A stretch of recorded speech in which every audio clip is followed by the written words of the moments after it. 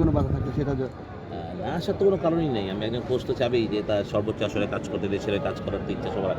আমি ছিলাম তো ইন্টেরিয়ামভাবে ২ বার আমাকে কাজ দেওয়া হয়েছিল, বাট লং টার্মে আমাকে কোনোভাবে দেওয়া হয়নি। বাট আমি মনে করি যে বিসিবির এখন সেই পালসটা হয়নি লোকাল কোচদেরকে দায়িত্ব দেওয়া। মানে হয়তোবা আমাদের প্রতি সেই বিশ্বাসটাই নাই হয়তোবা। তো ফরেন কোচের উপরে আমরা এখনও ডিপেন্ডেন্ট, এবং আমাদের যদি দেখেন যে মানে যে কোনো মানে এমনকি fast bowling coach, batting coach, fielding coach সেটাও ফরেনার কোচ আনতে হয় আমাদের সবার, সত্যি কথা।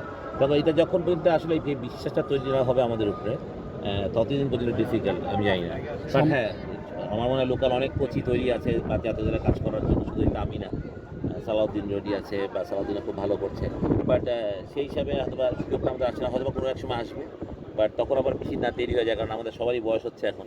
কোথাও মানে বেশি দেরি হওয়ার কারণ মানে আমি মনে করি ইন্টারন্যাশনাল ক্রিকেটে কাজ করাটা যে খুব, আমি মনে করি ডোমেস্টিক ক্রিকেট থেকে ইন্টারন্যাশনাল কাজ করাটা আরও ইজি আমার কাছে মনে হয় সবসময়, কারণ ওইখানে কম্পিউটার লিস্ট থাকে, আমি